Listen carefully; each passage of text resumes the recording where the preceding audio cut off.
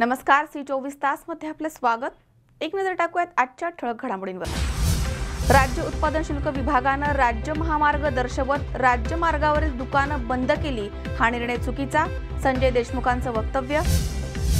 शेवगावच्या हरवणे हत्याकांड प्रकरणी आरोपींची माहिती देणाऱ्यास पोलिसांकडून 50,000चं बक्षीस जाहीर। सांगलीमध्ये स्वाभिमानी शेतकरी संघटनांनी सरकारच्या पीक कर्जाची केली होळी, तीव्र निषेध व्यक्त। आणि अहमदनगर जिल्हा पोलीस मुख्यालयामध्ये पतंजली योग कर्मच्या वतीनं योग शिबिराचं आयोजन।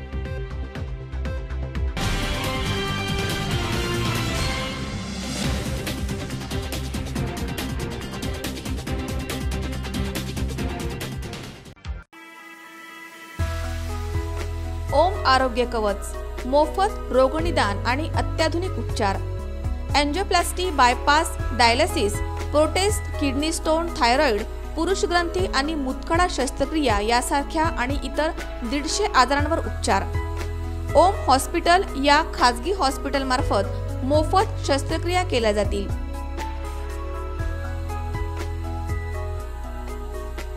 अधिक माहितीसाठी संपर्क साधा 96 23 72 13 45 आणि 89 99 09 76 69।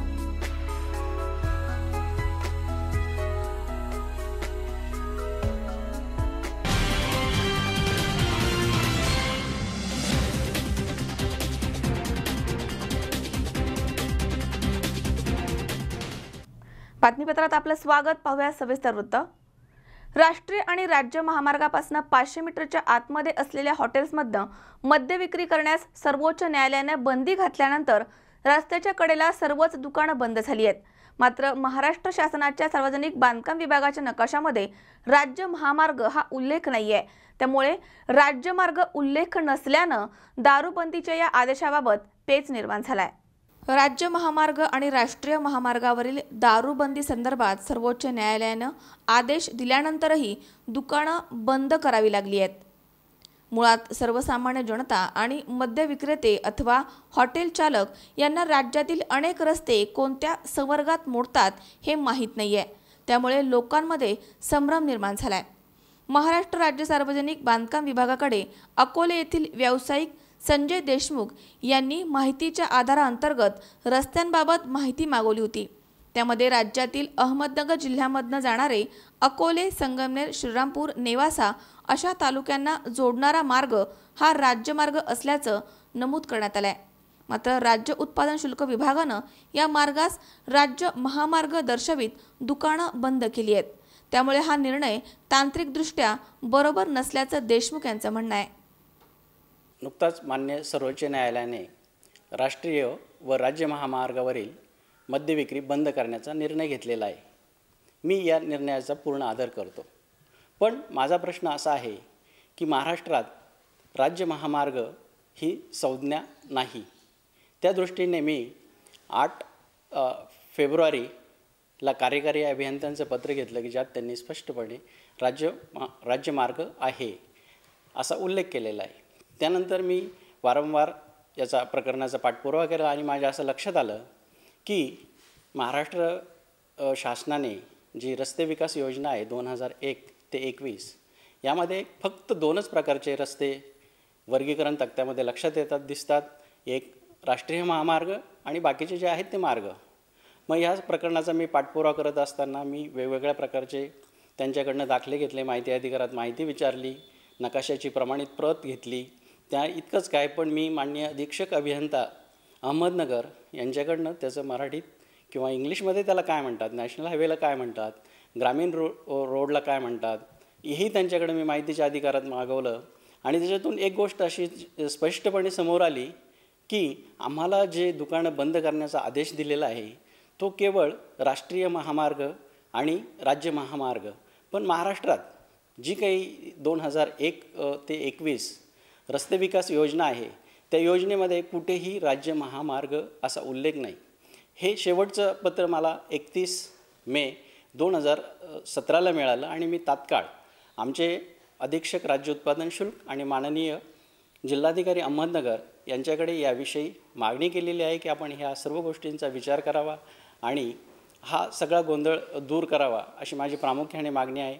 आम्ही पुन्हा एकदा मी नम्रपणे निवेदन करतो की मी माननीय सर्वोच्च न्यायालयाने जो काही निकाल दिलेला आहे त्याचा आदर करतो, पण कुणावरही अन्याय होऊ नये अशी माझी प्रामाणिक भूमिका आहे। जर आम्हाला योग्य न्याय मिळाला नाही तर माननीय आयुक्तांकडे आम्ही याविषयी दाद मागणार आहोत। राज्यामध्ये शेती उत्पादनामधून अल्कोहोल निर्मिती करण्याचा आदेश घेण्यात आला होता। त्यानंतर ग्रेन लिकर मोठ्या प्रमाणात सुरू करण्यात आला। मात्र आता दारूबंदीच्या निर्णयानंतर काही अंशी दारूची विक्री कमी झाली आहे। त्यामुळे शेतीमालाच्या ज्वारी, बाजरी आणि इतर पिकांचे भावही कमी झाल्याचं लक्षात आलंय, असं देशमुख यांचं म्हणणं आहे। दारूबंदीच्या निर्णयाबाबत अहमदनगर जिल्ह्यातील काही दुकानदार उच्च न्यायालयामध्येही गेलेत। या मुद्द्यावरती न्यायालयानं सरकारला म्हणणं मांडण्यास सांगितलंय। सचिन खरात, C24 तास, अकोले। नगर मार्गावरील वाघोली येथे डंपर गाडीच्या चाकाखाली चिरडून एका महिलेचा जागीच मृत्यू झालाय। त्यामुळे वाघोली परिसरातील आणि विशेषतः महामार्गावरनं वाहतुकीचे नियम धाब्यावर बसून गाडी चालवणाऱ्या चालकांमुळे बेशिस्त वाहतुकीचा प्रश्न पुन्हा एकदा ऐरणीवर आलाय। नगर महामार्गावरील वाघोली येथे डंपर गाडीच्या चाकाखाली चिरडून एका महिलेचा जागीच मृत्यू झालाय।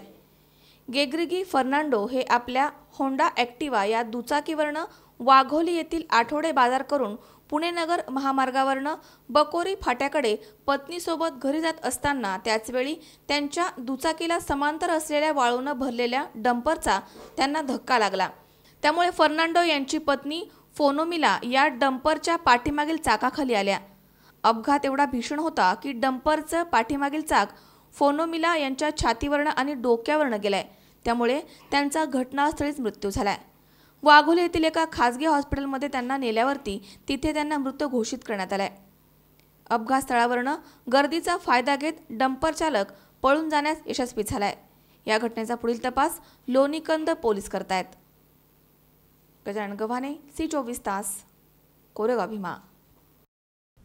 देहू आळंदीच्या धर्तीवरती प्रथमच निघालेल्या श्री क्षेत्र पिंपळनेर येथील श्री संत निळोबाराय दिंडी सोहळ्यामध्ये प्रथमच नगर पुणे जिल्ह्यातील 27 दिंड्यांनी सहभाग घेतलाय।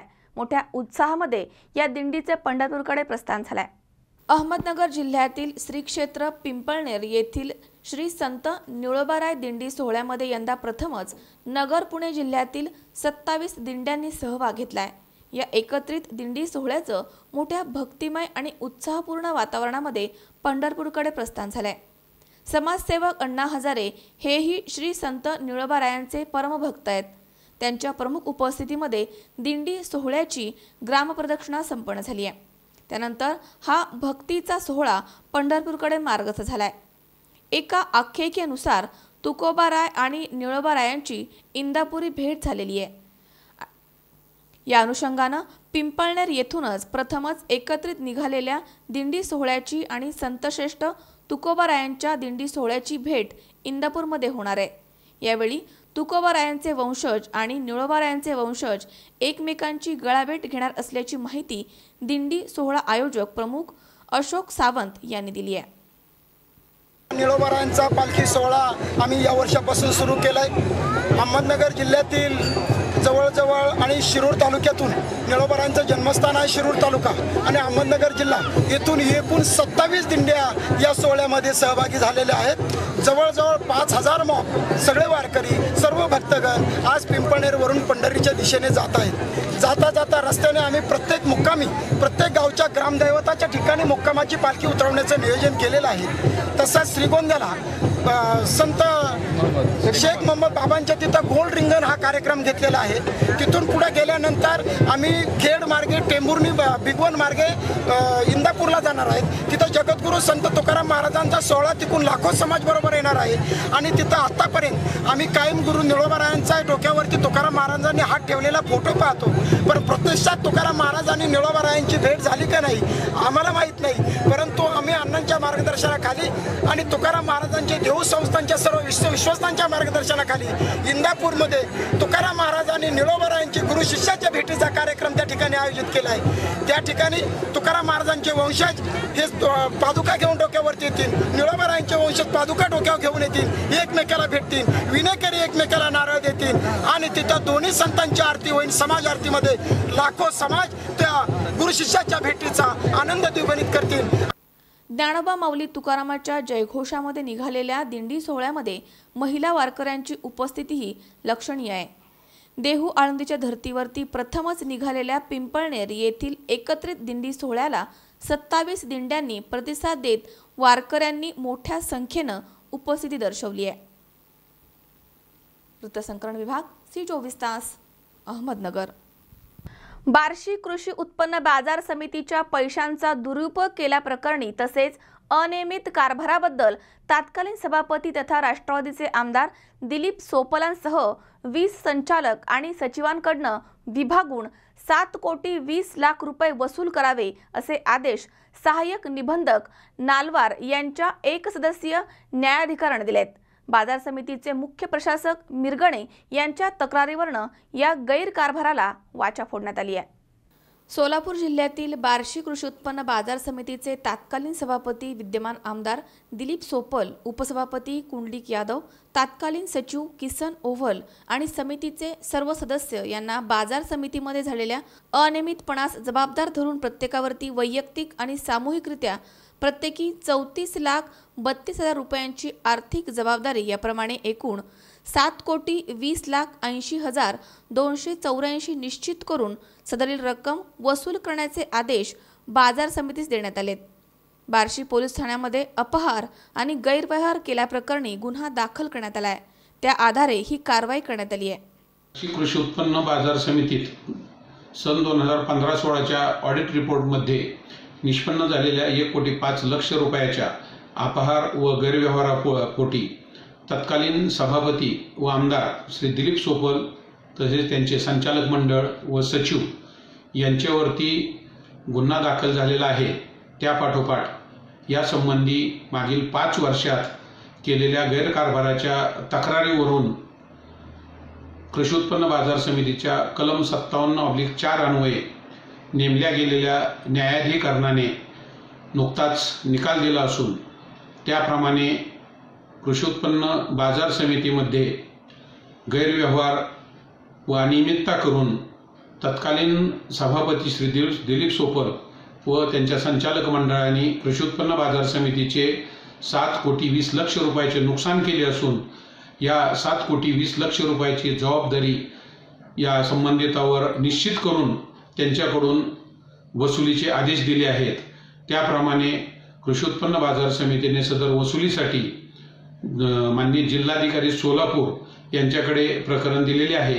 लवकरच श्री दिलीप सोपल त्यांचे संचालक मंडळ व सचिव यांच्याकडून हे 7,20,00,000 रुपयाच्या वसुलीची कारवाई केली जाईल। इम्रान सय्यद, C24 तास, सोलापूर। जाणीव प्रतिष्ठानतर्फे अनाथ आश्रमातील विद्यार्थ्यांना शालेय साहित्यांचं वाटप करण्यात आलं। भुकुम येथील मानव्य गोविंद आश्रम आणि वारजे माळीवाडी येथील साई सेवा मतिमंद शाळेतील विद्यार्थ्यांना पेन, पेन्सिल बॉक्स, कंपास, चित्रकला वही असं साहित्य वाटण्यात आलंय। जाणीव प्रतिष्ठानतर्फे अनाथ आश्रमातील विद्यार्थ्यांना विविध शालेय वस्तूंचं वाटप करण्यात आलं। प्रामुख्यानं भुकुम येथील मानव्य गोविंद आश्रम आणि वारजे माळीवाडी येथील साई सेवा मतिमंद शाळेतील विद्यार्थ्यांना वह्या, pen, pencil box, compass box, चित्रकला वही इत्यादींचं वाटप करण्यात आलंय। या प्रसंगी जाणीव प्रतिष्ठानचे सुधीर फाटक, उपेंद्र हिरवे, राजेश कळसकर, सतीश मोहिते, मानव्य संस्थेचे शेख सर आणि साई सेवाचे कल्पना वरपे उपस्थित होते। या मदतीमध्ये विलास दिघे, बाळासाहेब गोगावले, संतोष गोळे यांनी मुलाची मदत केली आहे। अमोल उदमले सह हर्षल कोठावदे, C24 तास, पुणे। या ठिकाणी वेळ झाली छोट्याशा विश्रांतीची। अवघ्या काही क्षणात परत येतोय। तुम्ही पाहत राहा C24 तास, सकाळ वर्तमानात बिनधास्त।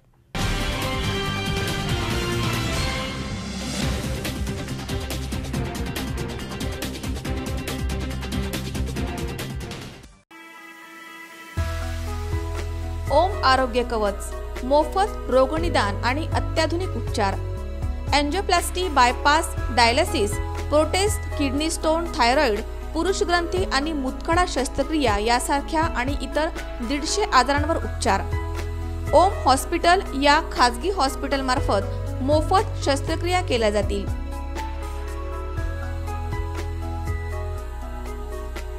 अधिक माहितीसाठी संपर्क साधा 96 23 72 13 45 आणि 89 99 09 76 69।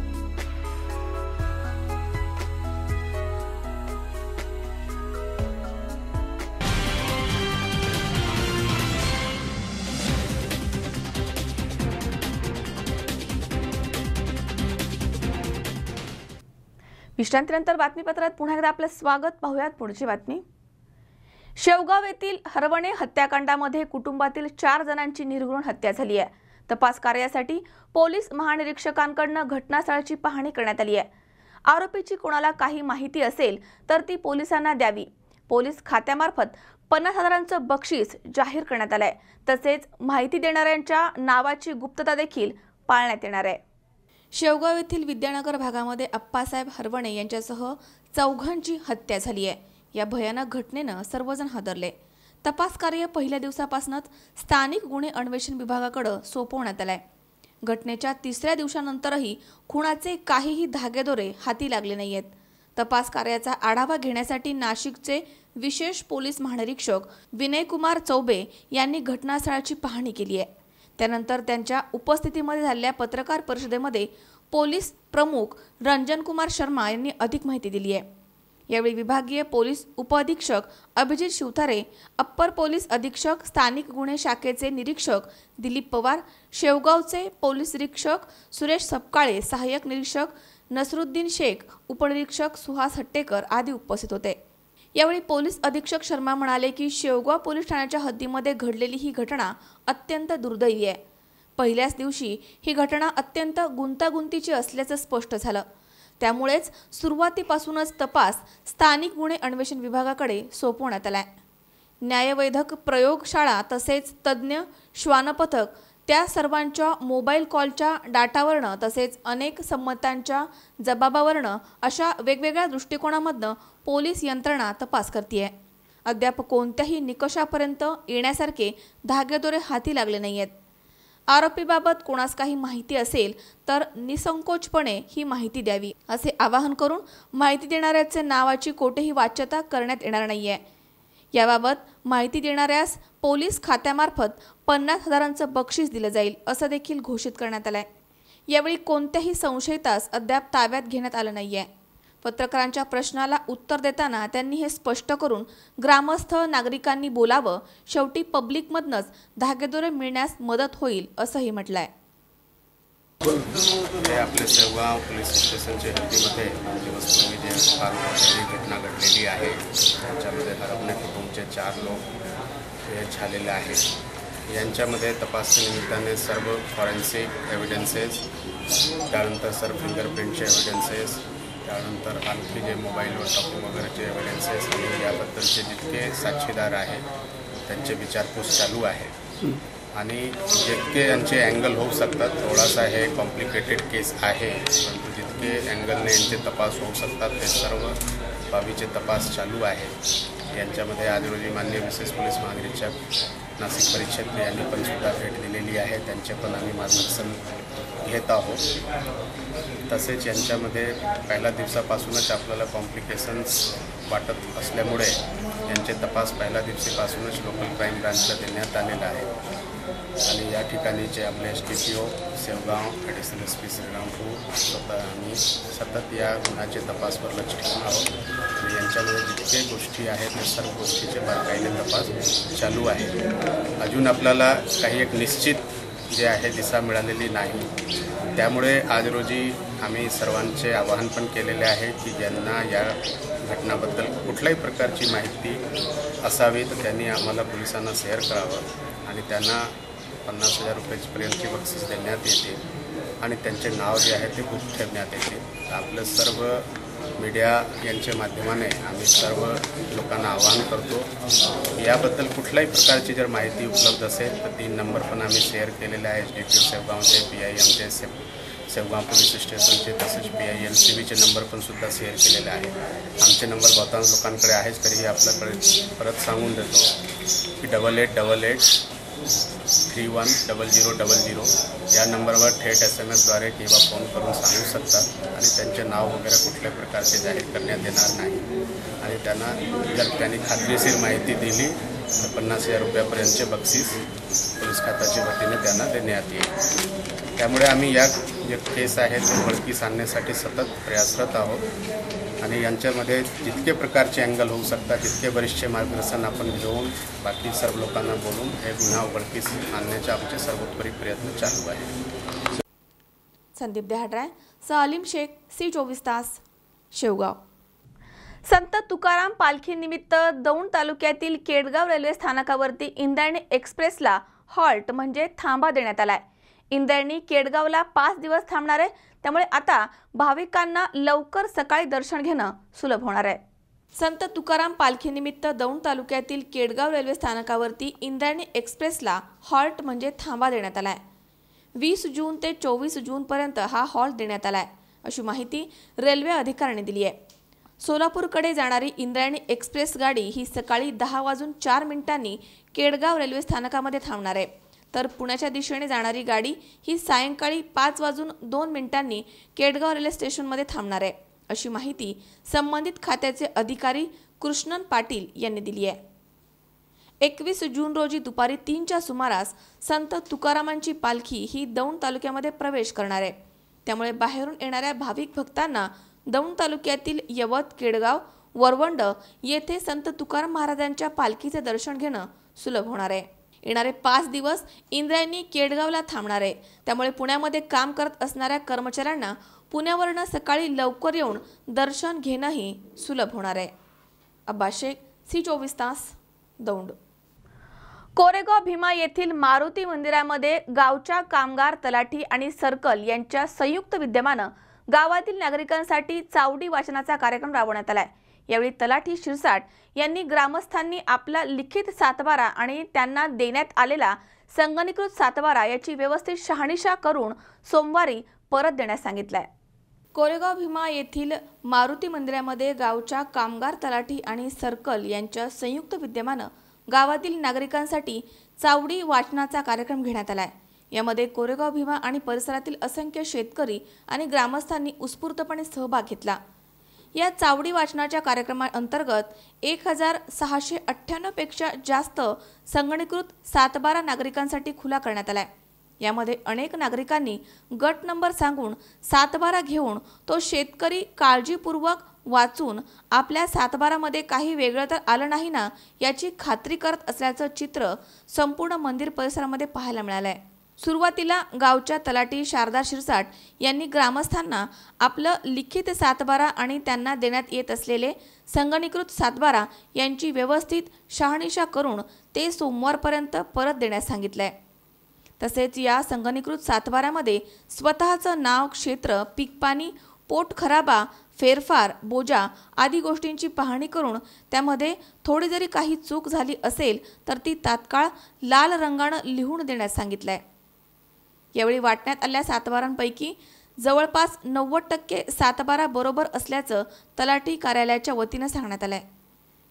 तसेच जे लोक चावडी वाचनाला येऊ शकले नाही त्यांनी किमान सोमवारी तलाठी कार्यालयामध्ये येऊन आपापले सातबारे पाहून ते तपासावेत असं आवाहन करण्यात आलंय. यावेळी चावडी वाचन कार्यक्रमाला गावच्या सरपंच अनिता भालेराव, माजी पोलीस पाटील विक्रम गव्हाणे, शिरूर तालुका स्वस्त धान्य दुकान संघटनेचे अध्यक्ष विक्रम दौंडकर, पोलीस पाटील मालन गव्हाणे, माजी उपसरपंच नितीन गव्हाणे आदी शेतकरी आणि ग्रामस्थ यांनी स्वयंस्फूर्तीनं सहभाग नोंदवलाय.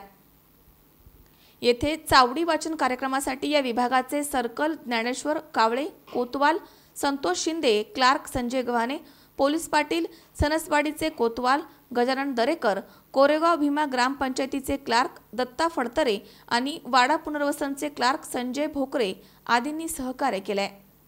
चावडी मंडळाधिकारी कोरेगाव भीमा एकूण माझ्या मंडळामध्ये 10 गावे आहेत आणि त्या 10 गावापैकी 7 गावाचं चावडी वाचन झालेलं आहे आणि 98% पुढे सातबारा दुरुस्तीचं काम झालेलं आहे.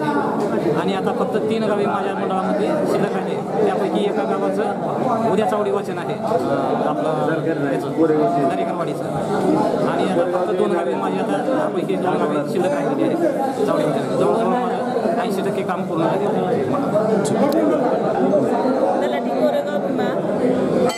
आज दिनांक 17/6/2017 रोजी मौजे कोरेगाव भीमा येथील चावडी वाचन ठेवलेले आहे.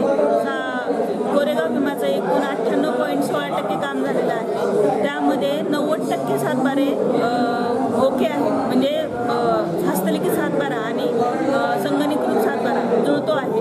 आणि जे 10% सातबारे दुरुस्तीसाठी अवेलेबल आहेत त्याच्यामध्ये पुढील 1 महिन्यामध्ये दुरुस्ती केली जाणार आहे आणि 1 ऑगस्टपासून ऑनलाईन सातबारा दिला जाणार आहे. गजानन गव्हाणे, C24 तास, कोरेगाव भीमा. आंबेगाव तालुक्यातील अवसरी खुर्द येथे बजरंग दल आयोजित ओम सुपर स्पेशालिटी हॉस्पिटल आणि डॉक्टर मनोहर डोळे मेडिकल फाउंडेशन, मोहन ढुसे नेत्र रुग्णालय आणि संशोधन संस्था यांच्या संयुक्त विद्यमानं रोगनिदान, अत्याधुनिक उपचार, मोफत नेत्र तपासणी आणि मोतीबिंदू शस्त्रक्रिया या शिबिराचं आयोजन करण्यात आलं होतं. बहुसंख्य रुग्णांनी या शिबिराचा लाभ घेतलाय. आंबेगाव तालुक्यातील अवसरी खुर्द येथे बजरंग दल आयोजित ओम सुपर स्पेशालिटी हॉस्पिटल आणि डॉक्टर मनोहर डोळे मेडिकल फाउंडेशन, मोहन ठुसे नेत्र रुग्णालय आणि संशोधन संस्था यांच्या संयुक्त विद्यमानं रोगनिदान, अत्याधुनिक उपचार, मोफत नेत्र तपासणी आणि मोतीबिंदू शस्त्रक्रिया शिबिराचं आयोजन करण्यात आलं होतं. यावेळी doctor Sunil Agrawal, doctor Ashok Agrawal, doctor Vikram Kale, doctor Vidyanand Khatke, doctor Ashok Kundanar, doctor Vivek Hundare, doctor Vinayak Gawali, doctor Rohidas Patil, doctor Amar Salve या तज्ज्ञ डॉक्टरांनी रुग्णांची तपासणी करून आजार आणि उपचार याबद्दल मार्गदर्शन केलंय. या शिबिराचे उद्घाटन सरपंच सुनीता कराळे, पंचायत समिती सदस्य संतोष भोर, माजी सरपंच शामराव टेमकर, माजी उपसरपंच निलेश टेमकर, ग्रामपंचायत सदस्य प्रसाद कराळे, हरिभक्त पारायण धोंडीभाऊ शिंदे गुरुजी, निलेश आंधळे, सुहास बाणखेले, संतोष खामकर यांच्या हस्ते करण्यात आले. या शिबिराचं आयोजन रोहित ढुमणे, रोहित शिंदे, अमरजित अभंग, आदेश वाळके, गणेश शिंदे, रोहित वाघमारे, पवन शिनगारे, जगन वाघमारे, अक्षय भोर, प्रसाद मुळे, आदिनाथ भालेराव, चैतन्य वाघमारे, स्वप्नील भालेराव, प्रवीण राजगुरू, प्रथमेश मुळे, सागर शिनगारे आणि बजरंग दल अवसरी खुर्द यांनी केलाय, अशी माहिती आंबेगाव प्रखंड सहसंयोजक सुमित शिनगारे यांनी दिली आहे. दल अवसरी खुर्द तसेच आंबेगाव प्रखंड यांच्याकडून दरवर्षीच मोफत नेत्र तपासणी व मोतीबिंदू शस्त्रक्रिया शिबिर आयोजित केले जात असते. पण यावर्षी आपल्याकडे ओम सुपर स्पेशालिस्ट हॉस्पिटल भोसरी यांच्या आपल्याला सहभागातून आपण मोफत रोग निदान आणि अत्याधुनिक उपचार शिबिर पहिल्यांदाच आयोजित केलं आहे.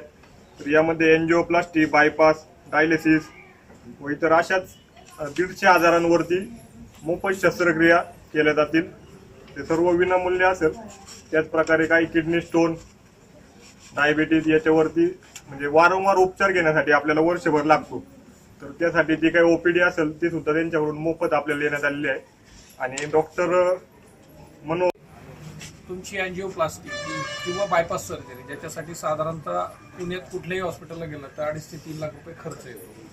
तर तो तुमचा वाचणार आहे, तो तुमच्या गावातल्या प्रत्येकाचा वाचणार आहे. कुणालाही कुठली गोष्ट सांगून येत नाही. आता पुण्याचे उपमहापौर आता नुकतेच गेले, तिथून कार्डियाक अरेस्ट न्यूज दिली. तर आपल्याला वरून जरी चांगली लोक दिसत असली तरी आपल्याला माहित नाही आतमधून काय झालंय. रमेश पांजळे एक उदाहरण आहे. म्हणजे फार तेच आहेत असं नाही, तर कलाकार पण आहेत, सगळ्या क्षेत्रातले आयुक्त पदाची लोक जी आहेत ती सुद्धा कार्डियाक अरेस्टमुळे गेलेली आहेत. तर बेसिक स्क्रीनिंग आपण इथं करणार आहे ते सगळं मोफत आहे. इतर ठिकाणी लोक काय करतात की तुम्हाला सवलत देतात, सर्जरीवरती सवलत देतात, 80% डिस्काउंट, 20% डिस्काउंट. म्हणजे सर्जरी म्हणजे जरी ती 2.5 लाखाची असली तरी कुठंतरी ती 1.5 लाखात होते. म्हणजे तिथं पेशंटच्या खिशात नको. बजरंग दल अवसरी खुर्द आयोजित ओम सुपर स्पेशालिटी हॉस्पिटल यांच्या संयुक्त विद्यमाने मोफत रोगनिदान आणि अत्याधुनिक उपचार शिबिर आयोजित केलेलं आहे. वास्तविक पाहता बजरंग दलाचं निश्चित कौतुक केलं पाहिजे. दरवर्षी ते रक्तदान शिबिर आणि अण्णांच्या स्मृतीप्रित्यर्थ अधिक काहीतरी योगदानाचे उपक्रम राबवतात. गावामध्ये असंच एक मंडळ आहे की अण्णांच्या स्मरणार्थ किंवा त्यांच्या स्मृतिदिनाच्या निमित्तानं आगळे वेगळे कार्यक्रम घेतात, पण याच्यामध्ये कुठलाही स्वार्थ नाही.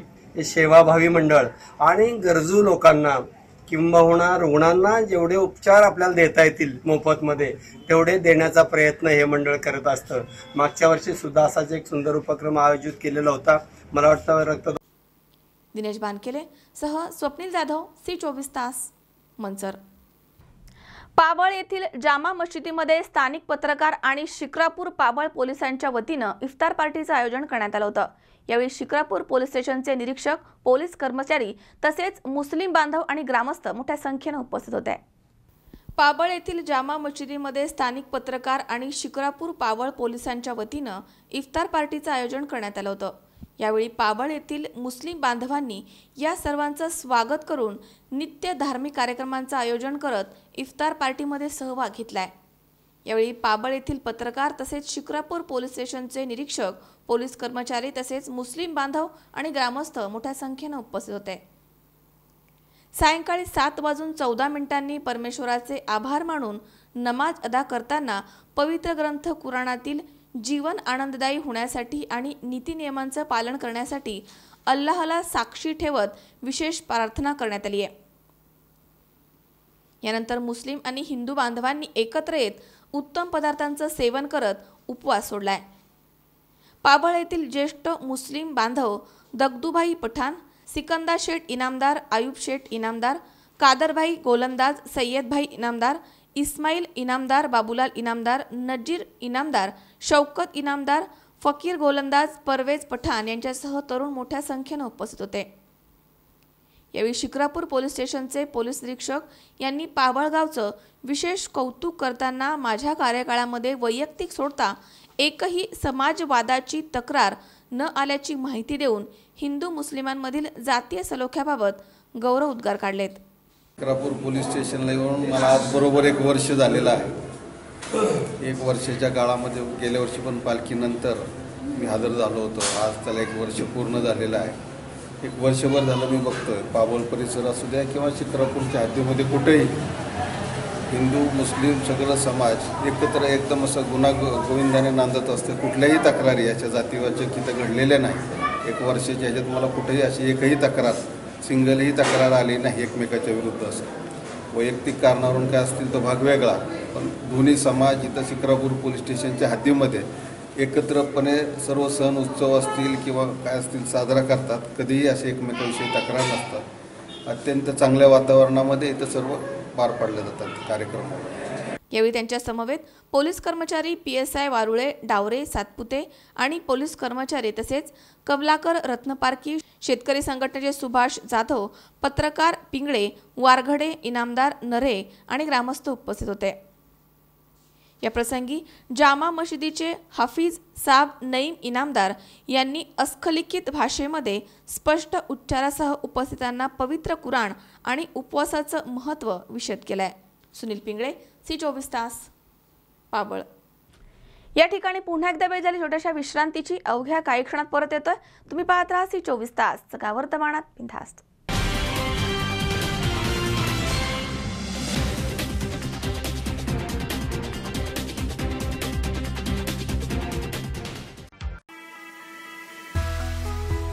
ओम आरोग्य कवच, मोफत रोगनिदान आणि अत्याधुनिक उपचार. Angioplasty, bypass, dialysis, prostate, kidney stone, thyroid, पुरुष ग्रंथी आणि मुतखडा शस्त्रक्रिया यासारख्या आणि इतर 150 आजारांवर उपचार. ओम हॉस्पिटल या खाजगी हॉस्पिटल मार्फत मोफत शस्त्रक्रिया केल्या जातील.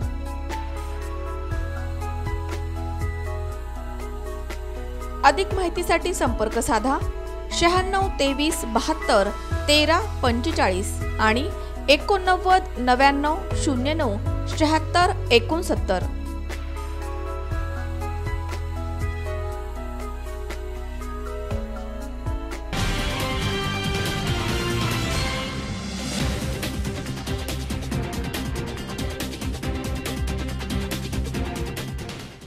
विश्रांतीनंतर बातमीपत्रात पुन्हा एकदा आपलं स्वागत. पाहूयात पुढची बातमी. सांगलीमध्ये स्वाभिमानी शेतकरी संघटना आणि सामाजिक संघटनेच्या कार्यकर्त्यांनी सरकारच्या पीक कर्जाची होळी केली आहे. यावेळी सरकारच्या धोरणाचा तीव्र निषेध व्यक्त करण्यात आला. सांगलीमध्ये स्वाभिमानी शेतकरी संघटना आणि सामाजिक संघटनेच्या कार्यकर्त्यांनी सरकारने काढलेल्या पीक कर्जाची होळी करून यावेळी सरकारच्या धोरणाचा निषेध करण्यात आला. सरकारनं जो GR काढलाय त्याचा कुठल्याही शेतकऱ्याला फायदा होणार नाहीये, कारण या GR मध्ये अशा माफक अटी लावल्या आहेत, त्यामुळे 10 ते 15% शेतकऱ्यांना याचा लाभ मिळणार आहे. त्यामुळे सरकारच्या या धोरणाचा यावेळी निषेध करण्यात आलाय. संपूर्ण कर्जमाफी व्हावी अशी आमची मागणी आहे आणि ती झाल्याशिवाय शेतकरी गप्प बसणार नाहीये असा इशारा यावेळी देण्यात आलाय. पुणतांब्यामधल्या शेतकऱ्यांनी संपावर जाण्याचा निर्णय घेतल्यानंतर राज्यभर कर्जमाफीचं आंदोलनानं पेट घेतला. सरकारनं 2 पावलं मागे येत शेतकऱ्यांच्या सुकाणू समितीबरोबर चर्चा केली आणि सुकाणू समितीबरोबर चर्चा करत असताना तत्वतः सरसकट कर्जमाफीला मंजुरी दिल्याचं जाहीर करण्यात आलं. मात्र त्यानंतर सरकारनं अनेक जाचकाठी त्यामध्ये घातल्या. त्या जाचकाठीमुळे अनेक शेतकरी या कर्जमाफीपासून वंचित राहत आहेत. 10-15% सुद्धा शेतकऱ्यांना याचा लाभ होत नाही. त्याला विरोध केल्यानंतर पुन्हा 20 जूनला सरकारनं आणखी एक GR काढला. या दोन्ही GR मध्ये शेतकऱ्यांना सरसकट कर्जमाफी अंतर्भूत नाही म्हणून दोन्ही GRचा आम्ही या ठिकाणी दहन केलेलं आहे, होळी केलेली आहे आणि सरकार शेतकऱ्यांना फसवत आहे, गंडवत आहे, शेतकऱ्यांची दिशाभूल करत आहे. मात्र या दिशाभूलीला शेतकरी फसणार नाही. या केवळ कर्जमाफी देऊन मलमपट्टी करून भागणार नाही, तर यापुढच्या काळामध्ये हमीभाव आणि स्वामीनाथन आयोगाची लढाई आम्हाला लढावी लागणार आहे. ती लढण्यासाठी शेतकरी पुन्हा सज्ज झालेला आहे. गणेश चव्हाण, C24 तास, सांगली. पाथर्डीमध्ये बाबूजी आव्हाड महाविद्यालयाच्या प्रांगणामध्ये आंतरराष्ट्रीय योग दिनानिमित्त योग शिबिर संपन्न झालंय. यावेळी योग प्रशिक्षकांनी योगाची प्रात्यक्षिके दाखवली आहेत आणि त्यांचं महत्त्व समजावून सांगितलंय. यावेळी अनेक मान्यवर या ठिकाणी उपस्थित होते. आंतरराष्ट्रीय योग दिनानिमित्त पाथर्डी शहरामध्ये बाबूजी आव्हाड महाविद्यालयाच्या प्रांगणामध्ये योग शिबिर संपन्न झालंय. शहरातील बाबूजी आव्हाड महाविद्यालयातील प्रांगणामध्ये मुख्य शासकीय योग दिवस साजरा करण्यात आला. यावेळी आमदार मोनिका राजळे, तहसीलदार नामदेव पाटील, नगराध्यक्ष डॉक्टर मृत्युंजय गर्जे, पोलीस निरीक्षक पांडुरंग पवार, पंचायत समितीचे उपसभापती विष्णुपंत अकोलकर, गटविकास अधिकारी डॉक्टर अरुण हरिश्चंद्रे, नगरसेवक रमेश गोरे, नामदेव लबडे, प्रसाद आव्हाड, अनिल बोरुडे, नगरसेविका मंगल कोकाटे, पंचायत समिती सदस्य सुभाष केकाण, सुनील ओव्हाळ, माजी जिल्हा परिषद सदस्य सोमनाथ खेडकर आदी मान्यवर उपस्थित होते. या प्रसंगी आमदार मोनिका राजळे यांनी आपल्या भावना व्यक्त करून शुभेच्छा दिल्यात. यावेळी विद्यार्थ्यांना मान्यवर पाहुण्यांनी अचूक पद्धतीनं योगासने शिकवली आहेत. योग प्रशिक्षक शेषराव पाखरे आणि भागवत खामकर यांनी योगासनाचे प्रात्यक्षिक करून दाखवलेत आणि योगासनाची माहिती दिली आहे. या कार्यक्रमाचे प्रास्ताविक गट शिक्षण अधिकारी शिवाजी कराड यांनी केलंय, तर राजेंद्र जायभाय यांनी आभार मानलेत. पार्थ विद्या प्रसारक मंडळाचे अध्यक्ष अभय आव्हाड, विस्तार अधिकारी अनिल भवार, विद्यालयाचे प्राचार्य डॉक्टर GP ढाकणे आदींनी मान्यवरांचं स्वागत केलंय.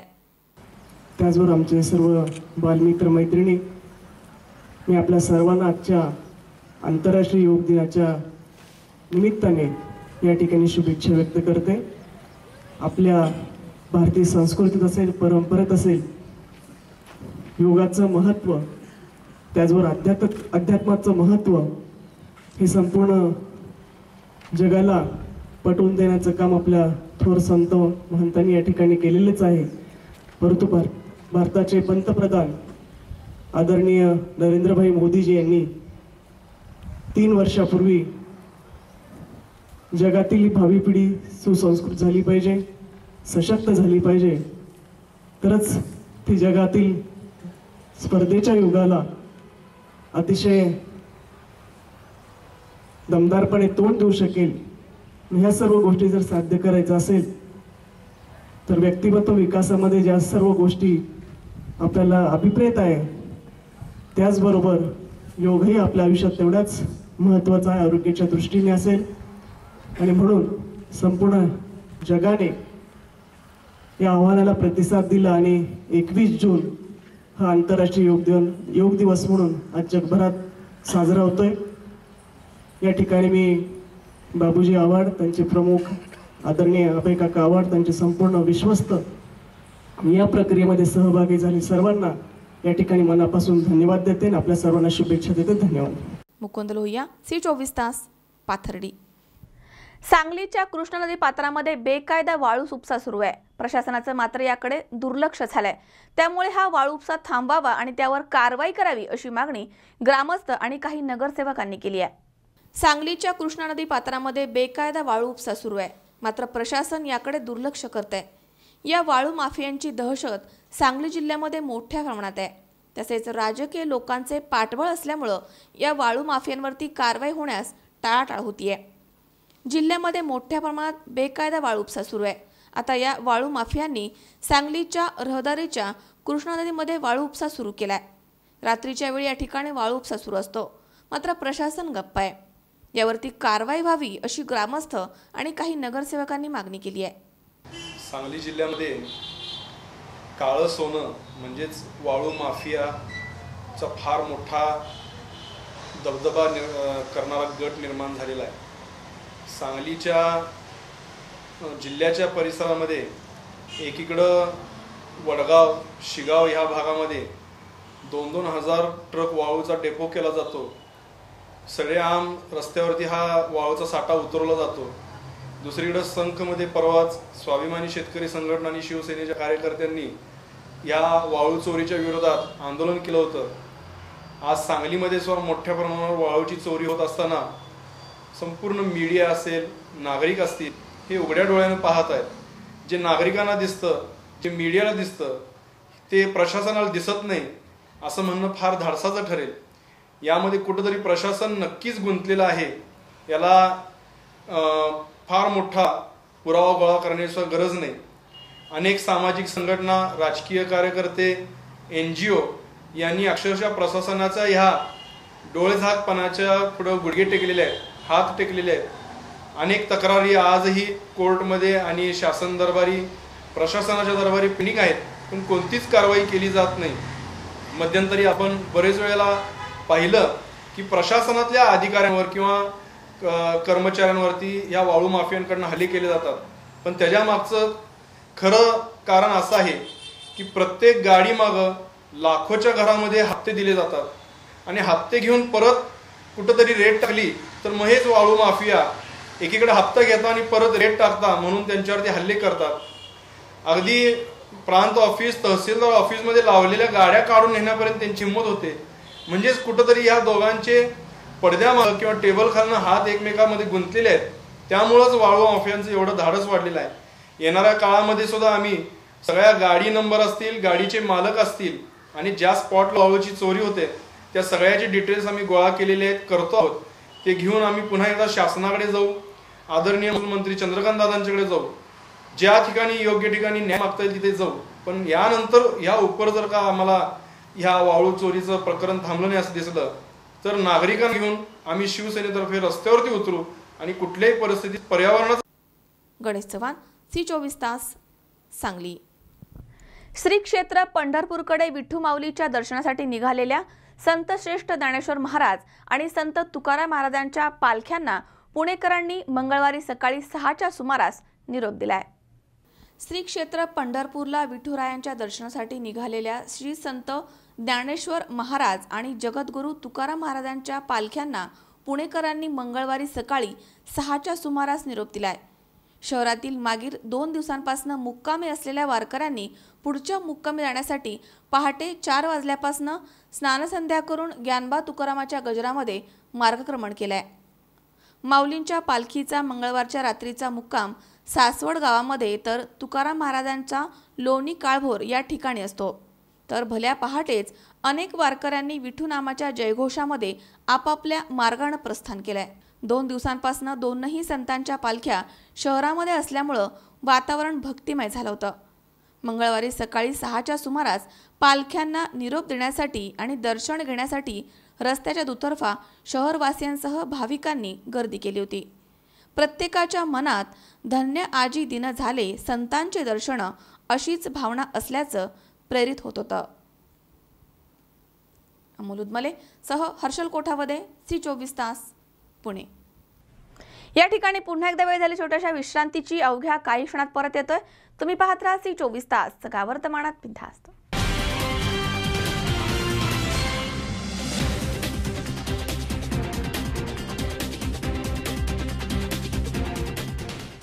फर्निचर विश्वातील मराठी पाऊल.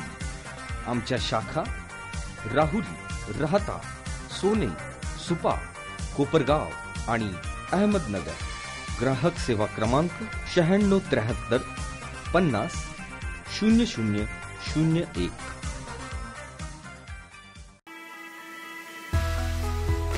ओम आरोग्य कवच, मोफत रोगनिदान आणि अत्याधुनिक उपचार. Angioplasty, bypass, dialysis, prostate, kidney stone, thyroid, पुरुष ग्रंथी आणि मुतखडा शस्त्रक्रिया यासारख्या आणि इतर 150 आजारांवर उपचार. ओम हॉस्पिटल या खाजगी हॉस्पिटल मार्फत मोफत शस्त्रक्रिया केल्या जातील.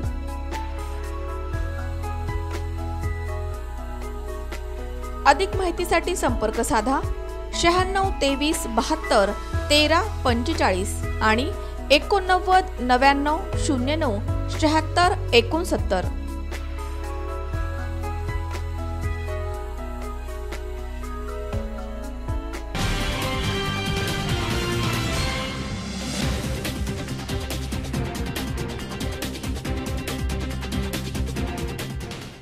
विश्रांतीनंतर बातमीपत्रात पुन्हा एकदा आपलं स्वागत. पाहूयात पुढची बातमी.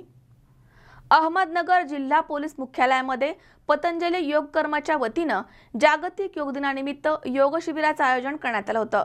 या शिबिरामध्ये पोलीस अधिकारी आणि कर्मचारी सहभागी झाले होते. जागतिक योग दिनानिमित्तानं अहमदनगर जिल्हा पोलीस मुख्यालयामध्ये पतंजली योग कर्मच्या वतीनं योग शिबिराचं आयोजन करण्यात आलं होतं. या योग शिबिरामध्ये जिल्हा पोलीस अधीक्षक रंजन कुमार शर्मा यांच्यासह वरिष्ठ पोलीस अधिकारी, पोलीस निरीक्षक आणि पोलीस कर्मचारी सहभागी झाले होते. योग पतंजलीच्या शिक्षकांनी यावेळी योग दिनानिमित्त योग व्यायाम प्रात्यक्षिकासह करून घेतलेत. पोलीस दलासाठी योग व्यायाम हा अत्यावश्यक आहे.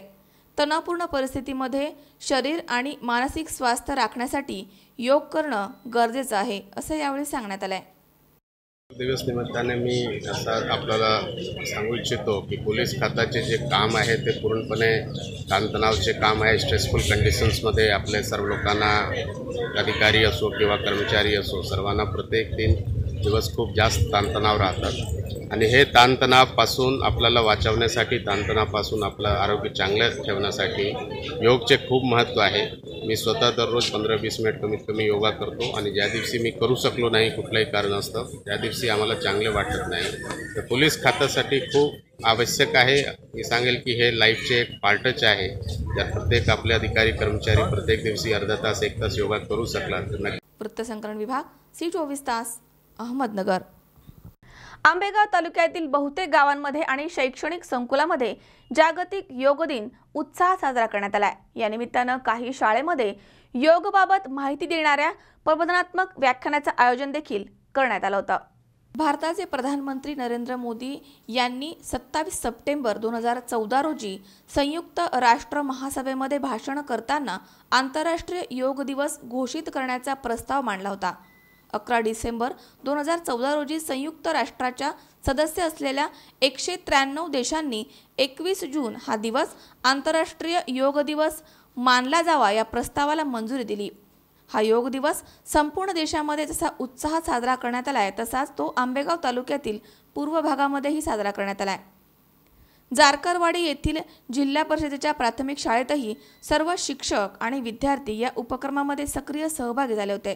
सकाळी 6 वाजता वॉर्मअप कसरतीनं या कार्यक्रमाला सुरुवात झाली. हात, पाय, मान, सांधे यांचे नियमित व्यायाम प्रकार झाल्यानंतर विविध आसनं आणि प्राणायामाचे विविध प्रकार पार पडलेत. योग हा दुःखनाशक, निसर्गाच्या नियमाप्रमाणे जोडत राहिल्यानं नकारात्मक विचार, आचार आणि उच्चार होण्याचं कारण राहत नाही. विद्यार्थी दशेमध्येच सर्वसमावेशक वृत्ती आणि निरामय आयुष्य वाढीस लागावं म्हणून योग साधना रोज केली पाहिजे असा विचार या प्रसंगी गुरुजनांनी व्यक्त केलाय. आणि मुलांना तर या आजाराचं प्रमाण जास्तच आहे. म्हणून ह्या सर्व आजारांपासून आपल्याला मुक्ती मिळवण्यासाठी ही योगासनं, प्राणायाम करण्याची अत्यंत गरज आहे. ही योगासनं ही प्राणायाम फक्त एकच दिवस करून थांबायचं असं नाही. आम्ही तुम्हाला सांगत असतो की दररोज आपण योगासनं प्राणायाम केली पाहिजेत. दररोज सकाळी आपण किमान 6 वाजता उठलं पाहिजे. उठल्यानंतर आपला शौचविधी झाल्यानंतर आपण योगासनं प्राणायाम केली पाहिजे. काल तुम्हाला सूचना दिली होती की आज सकाळी येताना कुणीही. संतोष पाचपुते, C24 तास, पारगाव. पुन्हा एकदा पाहूयात काही ठळक घडामोडी. राज्य उत्पादन शुल्क विभागानं राज्य महामार्ग दर्शवत राज्य मार्गावरील दुकानं बंद केली. हा निर्णय चुकीचा, संजय देशमुखांचं वक्तव्य. शेवगावच्या हरवणे हत्याकांड प्रकरणी आरोपींची माहिती देणाऱ्यास पोलिसांकडनं 50,000चं बक्षीस जाहीर. सांगलीमध्ये स्वाभिमानी शेतकरी संघटनांनी सरकारच्या पीक कर्जाची केली होळी, तीव्र निषेध व्यक्त. आणि अहमदनगर जिल्हा पोलीस मुख्यालयामध्ये पतंजली योग कर्मच्या वतीनं योग शिबिराचं आयोजन.